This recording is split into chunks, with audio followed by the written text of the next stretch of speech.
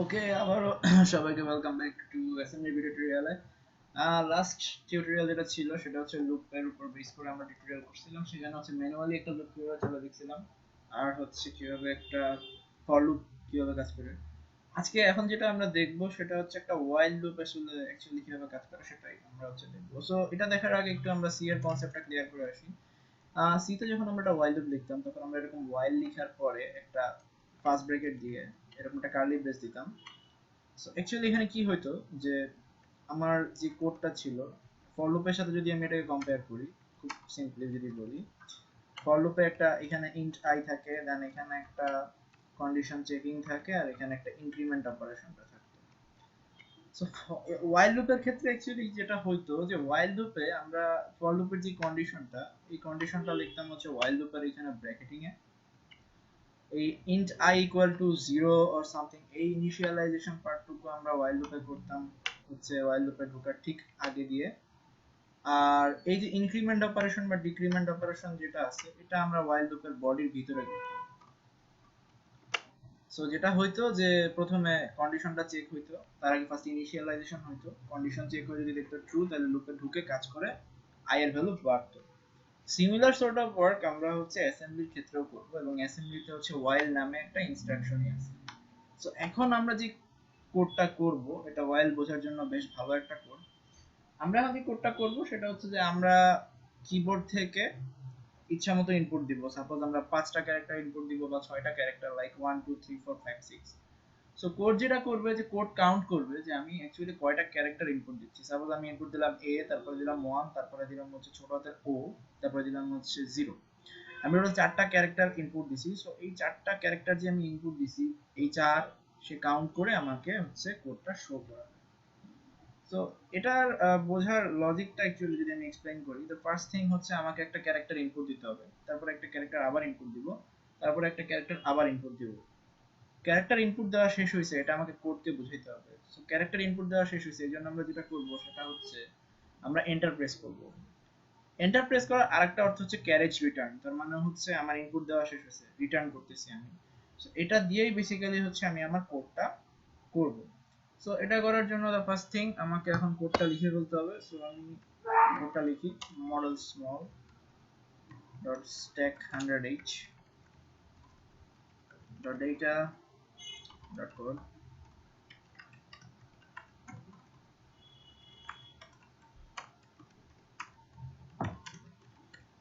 Okay fine. So first thing হচ্ছে আমি একটু উপরে যাই, আমাকে একটা মেসেজ দিতে হবে এই জায়গাতে। সেই মেসেজটা হচ্ছে অ্যাকচুয়ালি যে এতগুলা ক্যারেক্টার প্রিন্ট করা বা এতগুলো ক্যারেক্টার কাউন্ট করা হয়েছে। সো ওইটা আমি এখানে অ্যাকচুয়ালি লিখে ফেলি। তো তার আগে হচ্ছে carriage return equ 0h sorry 0dh line feed equ 0h দিলাম, একটা মেসেজ দিব আমি msg1db 0dh 0h।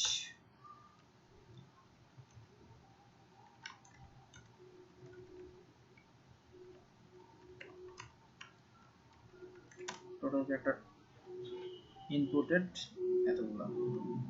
সো এটা হচ্ছে আমার কাজ। এখন আমি কোডের ক্ষেত্রে আসি।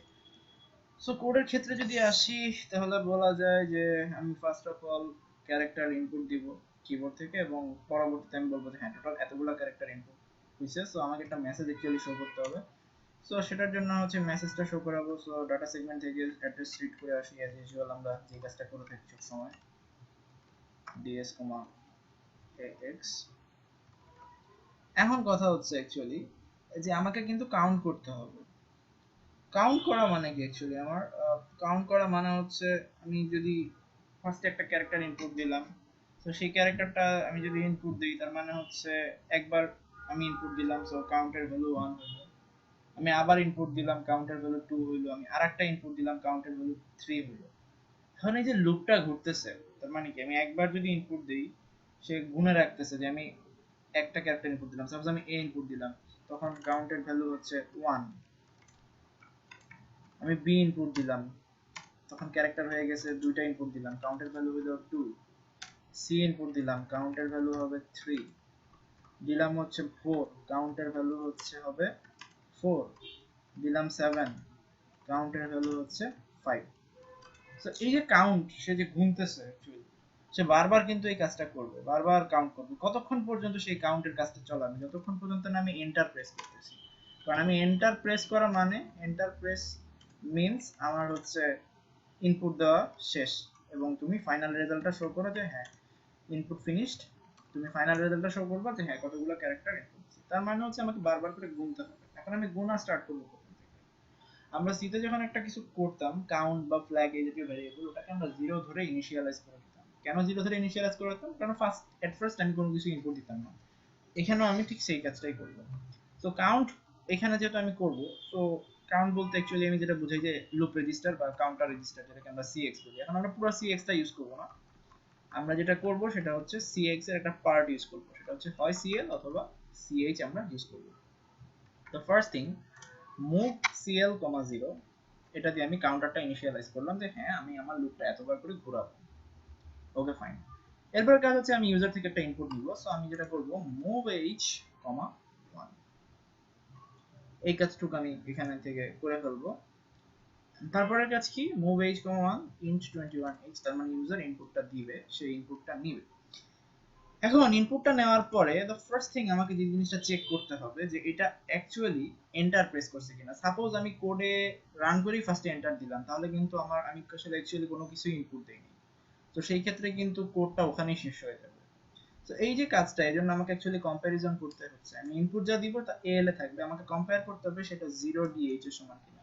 তো 0dh মানে হচ্ছে সেটা ক্যারেজ রিটার্নের সমান কিনা। যদি ক্যারেজ রিটার্নের সমান হয় তাহলে পরে আমি কোনো কিছু চেক না করে jump equal end while। al মানে কি অ্যাকচুয়ালি, এখানে cmp al 0dh jump equal মানে আমি যদি যেটা ইনপুট দিচ্ছি সেটা যদি এন্টার হয়, তার মানে al এর ভিতরে থাকবে হচ্ছে 0dh। তো 0dh 0dh যদি ইকুয়াল হয়ে যায়, তখন আমি একটা লেভেলে জাম্প করব যেটার নাম হচ্ছে এন্ড while। মানে হচ্ছে আমার while লুপটা শেষ হয়ে গেছে। সো এন্ড while, এই লেভেলটা আমি নিচে লিখে আসি কোনো এক জায়গাতে। এন্ড while এর এখানে গিয়ে আমি অ্যাকচুয়ালি কি করব, এন্ড while এর এখানে গিয়ে আমি যে কাজটা করি সেটা হচ্ছে আমার মেইন কাজটাই হচ্ছে অ্যাকচুয়ালি যে আমি প্রিন্ট করে দিব যে আমার কতগুলো ক্যারেক্টার অ্যাকচুয়ালি আমি ইনপুট দিছি সেটা। সো এখানে এসে আমাকে অ্যাকচুয়ালি সেই জিনিসটা করা মানে হচ্ছে টোটাল ক্যারেক্টার ইনপুটেড ওই মেসেজটা আমাকে শো করতে হবে। So layer dx, msg1 move h, 9 int 21h, এটা দিব আমি। এটা দেওয়ার পরে আমি এখন আউটপুটটা দিব। সো আউটপুটটা আমি যদি দেই তাহলে move h, 2, যে কতগুলো সংখ্যা আমি প্রিন্ট ইনপুট দিছি সেটা। এখন কথা হচ্ছে আমি যখন ইনপুট দিচ্ছি সেটা কিন্তু অ্যাকচুয়ালি যেটা হচ্ছে যে আমার সিএল যে রেজিস্টারটা আছে সে কিন্তু কাউন্ট করতেছে, এবং কাউন্ট করতেছে এজ এ ক্যারেক্টার, সে কিন্তু ক্যারেক্টার ফর্মে কাউন্ট করতেছে। সরি, ভুল বলে ফেলছি, আমার সিএল এর ভিতরে কিন্তু 0 রাখছি। সিএল এর ভিতরে 0 রাখা মানে হচ্ছে আমি একটা নিউমেরিক ভ্যালু দিয়ে দিছি, সো ওটাকে নিউমেরিক হিসেবে কাউন্ট করবে। কিন্তু আমি যখন আউটপুট দিব যে আমি এতটা ক্যারেক্টার ইনপুট দিছি, তখন কিন্তু এজ এ ক্যারেক্টার সেটাকে আমার আউটপুট দিতে হবে। সো সিএল রেজিস্টারের ভিতরে যে কাউন্টটা আছে সেটা একটা সংখ্যা, সো সেটাকে আমার যদি ক্যারেক্টারে কনভার্ট করতে হবে, সো আমাকে অবশ্যই 30 যোগ করে দিতে হবে, সিএল, 30h। এবং তারপর আমি যেহেতু আউটপুট দিব, সিএল এর ভ্যালুটাকে আমাকে ডিএল রেজিস্টার দিয়ে আউটপুট দেওয়াইতে হবে int 21h, এখানে লিখলাম। এবং এরপরে আমার কোডটা শেষ হয়ে যাবে। সো আমি এখানে যেটা দিব সেটা হচ্ছে সেই কথা যে রিটার্ন 0 এর জন্য আমরা যে লাইনটা লিখি, move 4ch int 21h, এটা আমরা এখানে দিয়ে দেব। এখন আসি, আমার এইখানে কাজটা কিন্তু শেষ হয়নি।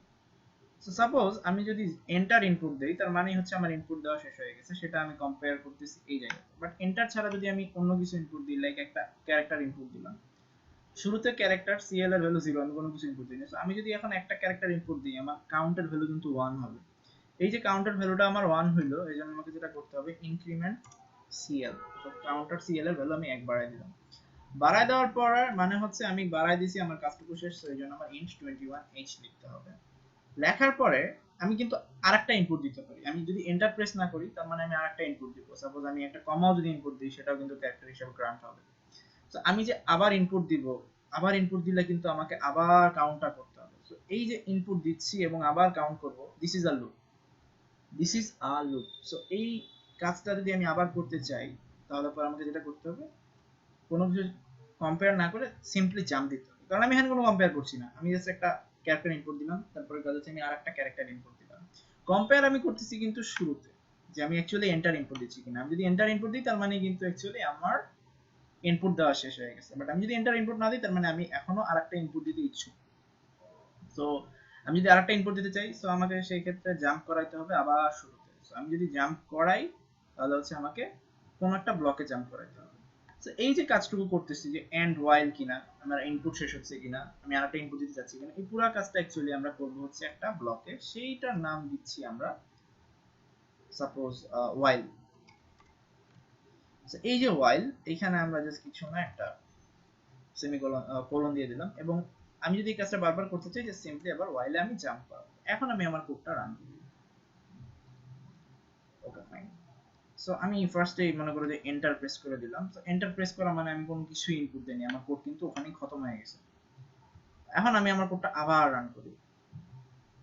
সাপোজ আমি এখন ইনপুট দিলাম প্রথমে 1, আমি কিন্তু এখন এন্টার প্রেস করিনি, আমি এরপর ইনপুট দিলাম বড় হাতের এ, তারপর ইনপুট দিলাম একটা ফুল স্টপ, তারপর ইনপুট দিলাম একটা কমা, সরি কোলন, এরপর একটা পি ইনপুট দিলাম। আমি টোটালি কয়টা ক্যারেক্টার ইনপুট দিছি? 1 2 3 4 5। আমি যদি এখন এন্টার দিই, আমি কিন্তু 5টা ক্যারেক্টার ইনপুট দিছি। সো সে আমাকে শো করতেছে মেসেজটা যে হ্যাঁ তুমি 5টা ক্যারেক্টার ইনপুট দিয়ে ফেলছো। সো অ্যাকচুয়ালি এটা কিভাবে কাজ করতেছে আমরা যদি একটু ম্যানুয়াল ট্রেসিং আকারে দেখতে চাই, the most important thing we can use our paint tools to draw the picture of this code so that we can understand it better with more attractive visualization.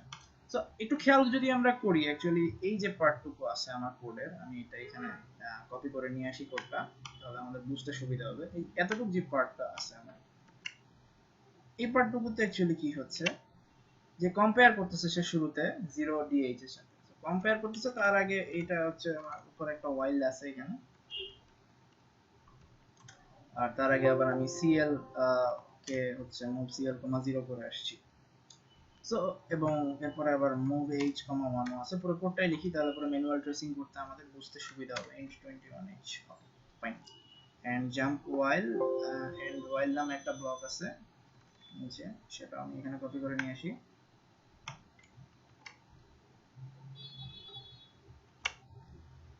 So এই হচ্ছে আমার code. এখন আমি একটু manual tracing করে বোঝার চেষ্টা করি আসলে কাহিনী কি হচ্ছে। কাহিনী হচ্ছে যে কোডটা যখন রান করা শুরু হইলো, শুরুতেই সিএল অর্থাৎ কাউন্টারের ভ্যালুটা হয়ে গেছে 0। এখানে কাউন্টারের ভ্যালু হচ্ছে শুরুতে 0। মুভ h, 1 যখন বলতেছি, তার মানে আমি একটা ইনপুট নিতে আগ্রহী। এখন আমি যদি সাপোজ এন্টার প্রেস করে দিই, এন্টার প্রেস করা মানে আমি বোঝাতে যাচ্ছি হ্যাঁ আমার ইনপুট দেওয়া শেষ। আমি কিন্তু শুরুতেই এন্টার প্রেস করে দিলাম কোড রান হওয়ার, তার মানে আমি কোনো কিছু কিন্তু ইনপুট দিইনি। সেই ক্ষেত্রে আমি কিন্তু কোনো কিছু ইনপুট দিই নাই, আমার কাউন্টারের ভ্যালু কিন্তু 0। সো কোডটা যখন ওয়াইল লুপে ঢুকলো, কোডটা ওয়াইল লুপে ঢোকার পর সে কম্পেয়ার করতেছে এএল এর ভিতর কি আছে। আমি যদি এন্টার প্রেস করি, এএল এর ভিতরে 0dh থাকবে। সো সেটা যদি জাম্প ইকুয়াল, অর্থাৎ তুমি জাম্প করো যদি তুমি 0dh এর সমান হও, অলরেডি আমি 0dh মানে এন্টার প্রেস করেছি। সো তখন যে করবে কোডটা এইখান থেকে সুন্দর মতো এন্ড ওয়াইলে চলে এসে সে মেসেজটা প্রিন্ট করে দিবে যে তুমি কয়টা ক্যারেক্টার ইনপুট দিছো। আমি যদি 0 মানে কোনো ক্যারেক্টার ইনপুট না দিয়ে জাস্ট এন্টার প্রেস করি, তার মানে হচ্ছে ক্যারেজ রিটার্ন দিয়ে দিছি, সে 0টা ক্যারেক্টার ইনপুট দিছি সেটা শো করে দিবে। সাপোজ আমি এটা না করে যেটা করলাম যে ফার্স্টে বড় হাতের এ দিলাম, তখন কি হবে অ্যাকচুয়ালি, এখানে অলরেডি এতটুকু পার্টে আমার কোডটা ইনপুট মোডে আছে।